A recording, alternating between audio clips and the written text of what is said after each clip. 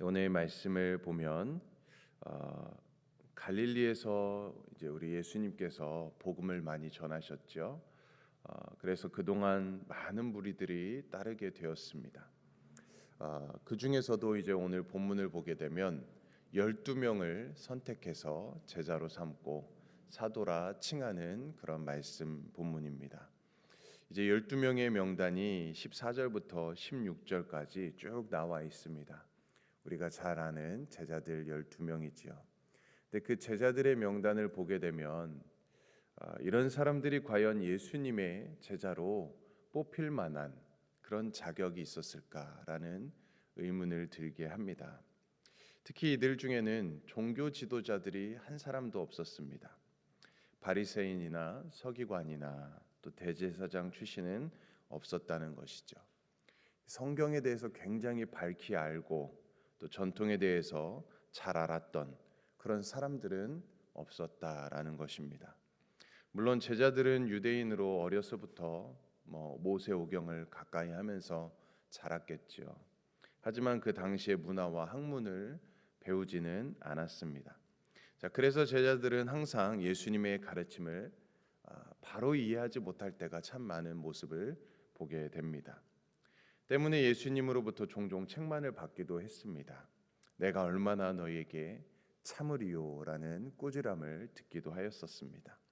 자, 이들은 미련하고 또 이해가 부족하기도 하고 또 종종 욕심으로 서로 다투기도 하는 참 많은 부족함을 갖고 있는 그런 자들이 예수님의 제자로 부름을 받게 되었지요. 예수님을 따르는 수많은 사람들 중에 더 잘나고 더 똑똑하고 더 나은 사람도 많이 있었을 것입니다. 그런데 왜 이 12를 세우셨을까요? 우리는 이 12 제자를 세우시는 모습을 통해 하나님의 은혜를 다시 한번 보게 되는 것입니다. 그들이 위대해서가 아니라 위대하신 하나님께서 그 부족하고 연약한 자들이지만 그들을 택하셔서 그들을 통해서 하나님의 영광을 나타내기를 원하셨던 것이죠. 결코 그들이 위대해서가 아니었습니다. 자, 그래서 예수님은 연약한 자들을 12 제자로 부르셨습니다. 그들을 사도라고 칭해 주셨지요. 이 사도는 대리자라는 의미를 갖고 있습니다. 또 다른 의미로는 보냄을 받은 자들이다라는 의미로 사도라고 합니다. 어떻게 보면 이것이 은혜인 것이죠. 그들을 사도로 불러주셨다, 칭해주셨다.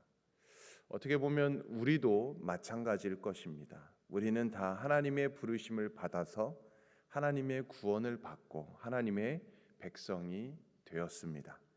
결코 우리가 잘나서가 아닙니다. 우리도 연약하고 부족한 부분이 많지만 예수님께서 우리를 구원해 주셨던 것이죠. 이 부르심에 우리는 보내기 위한 이 목적이 무엇인가를 잘 알아야 되겠죠. 왜 우리를 불러주셨을까? 이것을 흔히 우리는 소명이라고 합니다. 부르심이라고 하죠. 부르심. 영어로는 컬링이라고 하죠. 어떻게 보면 다른 말로는 사명이라고도 합니다. 소명, 사명. 하나님이 우리를 하나님의 자녀로 불러주셨을 때에는 우리 각자에게 주신 소명이 있다라는 것이죠. 저도 이제 한국에서는 6학년이죠. 13살 때 그때 이제 저는 소명을 받게 되었습니다. 병상에서 누워서 아무것도 할 수 없을 때 하나님의 말씀 성경을 가까이 하고 보는 가운데 말씀의 은혜를 받고 또 기도하는 가운데 주님께서 저를 불러주셔서 목회자가 되어야 되겠다라는 그런 마음이 강하게 들었었습니다. 그때 이제 저는 소명을 받게 되었습니다. 여러분들도 마찬가지일 겁니다. 어느 계기로 어느 순간 예수님께서 우리를 불러주신 것이죠. 이 부르심을 우리는 소명이라고 합니다. 이 소명을 우리는 잘 기억해야 되는데요. 이 소명이라는 것이 어떻게 보면 우리의 믿음이 그저 그냥 자기를 위한 종교 또 자기를 위한 우상 미신의 이런 종교로 이 소명을 모른다면 그렇게 전락해 버릴 수도 있기 때문에 이 소명을 우리는 잘 기억해야 됩니다. 그러므로 항상 우리들은 내 가정과 또 교회와 내가 속해 있는 그 모든 곳이, 내 일터가 바로 나에게 주신 이 사명, 또 내게 허락하신 그 하나님의 그 소명이 있다라는 것, 하나님의 뜻이 그곳을 통해서 나에게 원하시는 하나님의 뜻이 있다라는 것을 우리는 생각해야 합니다. 자, 그런데 이 소명을 그냥 감당할 수 있을까요? 우리가 어떻게 주님의 대리자로서 이 소명을 감당할 수 있을까요? 우리는 주님을 배우고 또 주님을 본받아야 합니다. 그래서 오늘 20절 이하의 말씀에 보게 되면 예수님은 그 제자들에게 특별한 훈련을 시키십니다. 소위 평지설교라고 말씀을 하는데요. 마태복음은 우리가 잘 알고 있는 그 팔복의 말씀이 있지 않습니까? 팔복의 말씀은 산상수훈이라고 합니다. 산 위에서 말씀을 전해 주셨다. 근데 오늘 이 누가복음은 평지에서 하신 말씀이라고 해서 평지설교라고 보통 이렇게 말씀을 합니다. 그래서 오늘 이 본문은 평지설교의 서론에 해당하는 부분이라고 할 수 있습니다. 이 서론은 아주 분명하게 두 부분으로 나누어서 말씀을 해줍니다. 어떤 것이냐면 네 가지 복과 네 가지 화가 있다라는 것입니다. 사복, 사화.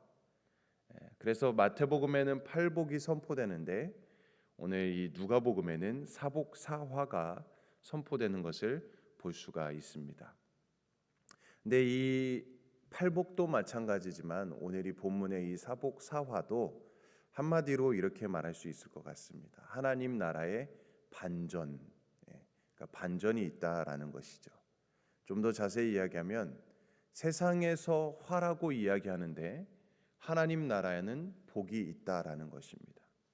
반대로 세상에서 복이 있다라고 생각하는 것이 하나님 나라에서는 화가 있다라고 이야기할 수 있을 것입니다. 그래서 이 복과 화는 하나씩 짝을 맞추고 있습니다. 짝을 맞추고 있습니다.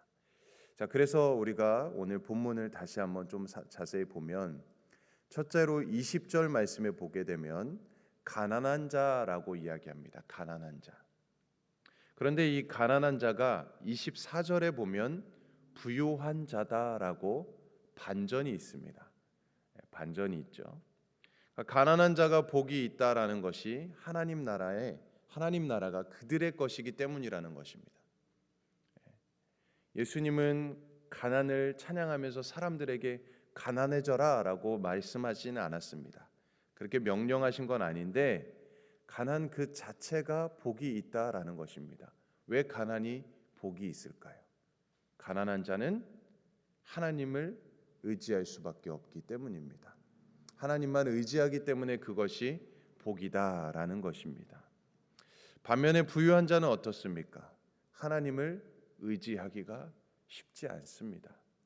왜냐하면 재물이 있기 때문에 어려움이 없습니다. 재물을 의지하기 쉽습니다. 그래서 화가 있다라는 것이죠. 두 번째로 21절에 보게 되면 줄인 자가 나옵니다. 줄인 자.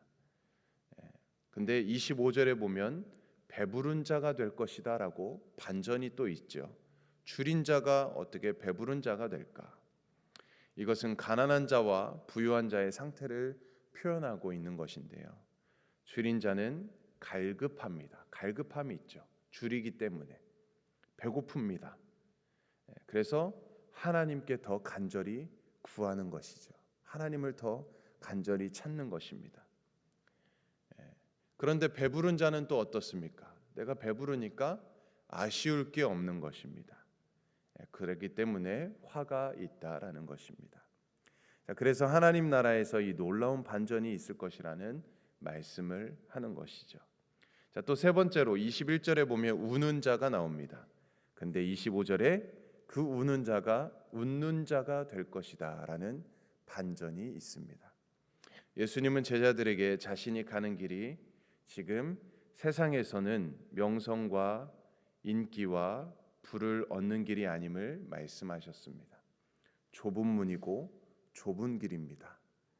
굉장히 슬픔과 고통과 또 고난의 길, 눈물의 길, 그런 어려운 길입니다. 하지만 하나님께서 그들의 위로가 되시기 때문에 그들은 웃는 자가 될 것이다라고 말씀하는 것입니다. 이 세상에서는 힘들고 어려울지라도 하나님 나라에서 웃는 자가 될 것입니다. 반대로 지금 세상에서 웃는 자들, 그들은 울게 될 것입니다. 예수님은 웃는 것을 반대하신 것이 아닙니다. 그렇지만 웃는 자들은 지금 안락하고 편안한 삶을 살면서 하나님을 찾지 않기 때문에 이런 자들은 화가 있을 것입니다. 나중에 하나님 나라에 들어가지 못하는 것 때문에 슬피 울며 이를 갈게 될 것입니다. 마지막 네 번째, 22절에 보면 거절당하는 자가 나옵니다. 거절을 당합니다. 그런데 그런 자들이 26절에서 칭찬받는 자가 될 것입니다. 예수님의 제자들은 복음으로 인해서 수많은 거절과 또 핍박을 당할 것입니다. 이와 대조적으로 사람들에게 칭찬을 받는 사람들이 있습니다. 사람들에게 칭찬 듣는 것이 나쁜 일은 아니지요. 좋은 일입니다. 하지만 그것이 인생의 목표가 되어서는 안 되는 것입니다. 사람에게 칭찬받는 것 별로 우리가 좋아해서는 안 되는 것이죠. 특히 26절에 보면 모든 사람에게라고 하였습니다. 모든 사람에게 칭찬을 듣기 위해서 사실 어떻게 보면 타협할 수밖에 없습니다. 모든 사람의 비위를 맞추어야 합니다. 그러다 보면 자연스럽게 진리를 양보할 수도 있게 됩니다. 특별히 23절에 보면 그날에 기뻐하고 뛰놀라라고 말씀합니다. 그날은 언제입니까? 예수님이 마지막 이 세상을 심판할 때일까요? 그날은 바로 핍박을 당하는 때를 말하는 것입니다. 예수님의 제자가 되어서 주님을 진정으로 따르고자 한다면 어떤 식으로든 핍박과 고난을 겪게 될 것입니다. 그럴 때 기뻐하라라고 역설적으로 말씀하고 있습니다. 우리는 주님 때문에 고통을 받고 또 괴로운 일이 당하게 되면 그럴 때 오히려 더 기뻐해야 된다는 것입니다. 왜 그럴까요? 다시 23절 말씀을 다시 한번 볼까요? 우리 함께 읽어보겠습니다. 23절 말씀 시작. 그날에 기뻐하고 뛰놀라 하늘에서 너희 상이 큼이라. 네, 여기까지 읽겠습니다. 기뻐하고 뛰놀라 하늘에서 너희의 상이 클 것이다. 하나님의 이름을 위해서 하나님의 복음을 전하다가 받는 거절과 핍박, 하나님의 이름을 위해서 우리가 겪는 모든 고난들, 그것을 당할 때 우리는 기뻐하고 뛰놀라 하늘에서 상이 클 것이다 라고 말씀하고 있습니다.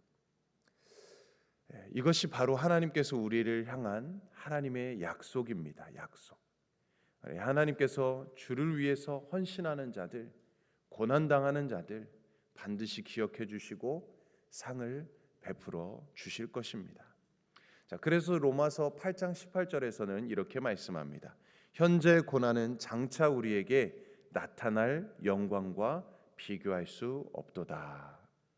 우리가 지금 당하고 있는 고난, 또 비교할 그 모든 힘든 핍박과 이런 모든 환난은 비교할 수 없는 그 고난을 다 잊어버릴 만한 영광이 우리에게 주어질 것이다라고 말씀해 주십니다. 자, 그래서 주를 위해서 고난을 받을 때 기뻐하라라고 말씀합니다. 자, 그러므로 오늘 우리는 진정한 복이 무엇인가, 이 세상을 살아가면서 진정한 복이 무엇인가를 다시 한번 생각해 보게 됩니다.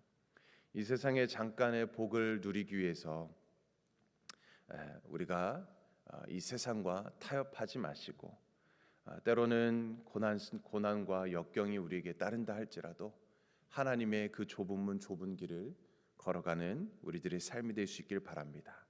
그런 자들에게 오늘 이 말씀처럼 분명한 놀라운 역전과 놀라운 반전의 은혜가 우리의 삶에 주어질 줄로 믿습니다.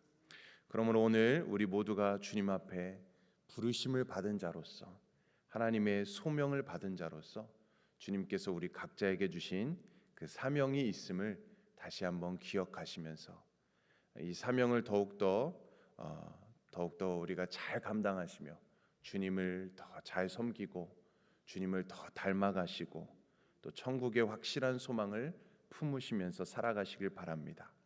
그래서 어떤 고난도 기꺼이 감수하고 오히려 우리가 고난을 당할 때 기뻐할 수 있는 믿음, 또 주님의 참된 제자로, 주님의 참된 종으로서, 주님의 사도로서 주님의 사명을 잘 감당할 수 있는 저와 여러분들의 삶이 되기를 주님의 이름으로 간절히 축원드립니다.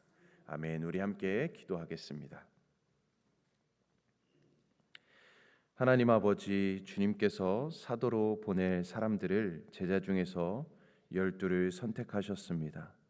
그들은 모두 세상적으로는 부족하기 짝이 없어 보이지만 주님께서는 그들을 선택하시기 위해서 밤이 새도록 기도하셨습니다. 그렇게 부족하고 연약하게 보이는 사람들을 선택하셔서 주님의 복음의 통로로 삼으셨기에 우리들 또한 부족하고 연약함이 참 많은 자들이지만 주님께서 우리를 불러주시고 우리를 하나님의 나라 백성 되게 하여 주심에 감사를 드립니다. 간절히 바라기는 우리가 우리 자신이나 우리가 가진 것을 힘으로 삼지 않게 하시고 하나님이 우리의 힘이심을 늘 잊지 않게 하여 주시옵소서.